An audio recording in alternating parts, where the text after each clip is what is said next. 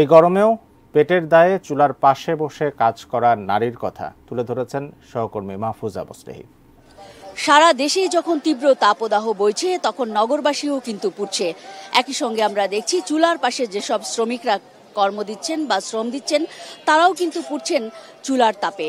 আমরা এই মুহূর্তে কারওয়ান বাজারের একটি ভাসমান দোকানে আছি, যেখানে রেখা বেগম নামে একজন চুলা শ্রমিক কাজ করছেন। আমরা দেখতে পাচ্ছি তিনি আসলে অন্য পেশা থাকতেও এই গরমের মধ্যে এই চুলার শ্রম দেওয়াটাকেই বেছে নিলেন।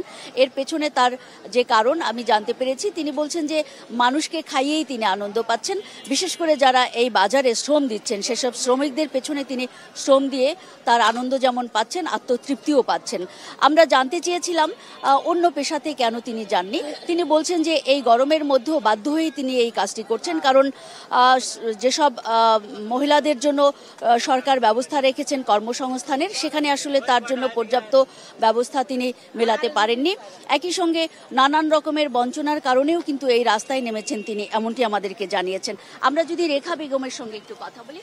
আমার তো এই রোদের মধ্যে থাকার শখ, আমরা ভালো চাকরি পাবো, চাকরি করবো, এটাই তো গত চাকরি তো পাওয়া যায় না। ছেলে মেয়ের জন্য করতেছি, ছেলে মেয়েরা তো ঘরে বসে রয়েছে, চাকরি নাই।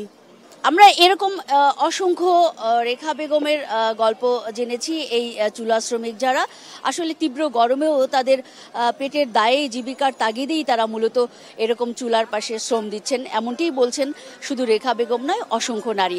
এই ছিল আমার কাছে গরমের মধ্যেও চুলা শ্রমিকদের সর্বশেষ পরিস্থিতির খবর কারওয়ান বাজার থেকে।